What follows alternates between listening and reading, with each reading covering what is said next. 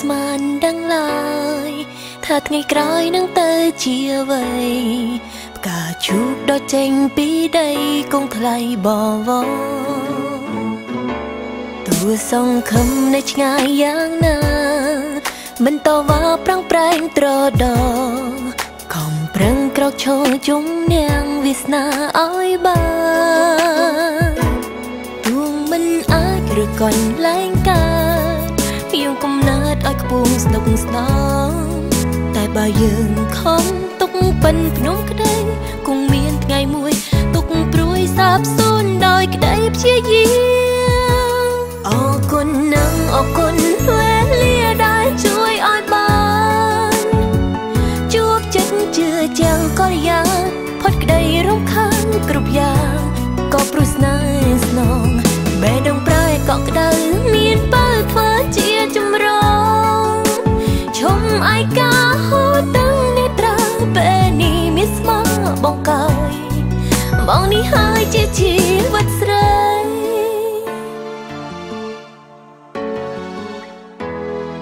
តើអ្នកណាបានដឹងខ្ញុំយំអ្នកណាដឹងខ្វះការកក់ក្ដៅគ្មានផ្លូវអ្នកក្រៅអាចយល់អាចដឹងបានឡើយមានតែទឹកនេត្រាជាមិត្តជួយលួងចិត្តកុំដកឲ្យស្បើយឥឡូវអូនមានត្រានត្រោយកុំដករូបស្រីទោះមិនអាចឬកន្លែងកើតយើងកំណើតឲ្យខ្ពស់ស្ដុកស្ដងតែបើយើងខំទុកប៉ិនភ្នំក្តីគង់មានថ្ងៃមួយទុកព្រួយសាបសូន្យដោយក្តីព្យាយាមអរគុណនឹងអរគុណវេលាដែលជួយឲ្យបានជួបចិត្តជឿជាងកល្យាផុតក្តីរំខានគ្រប់យ៉ាងក៏ព្រោះស្នេហ៍ស្នងបេះដូងប្រែកក់ក្ដៅមានបើធ្វើជាចម្រងឈុំឯកាហូតទាំងនេត្រាពេលនេះមានស្មោះបងកើយ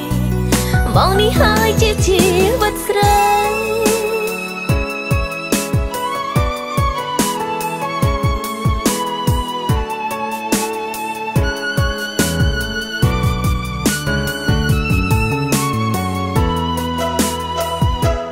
អរគុណនឹងអរគុណវេលាដែលជួយឲ្យបា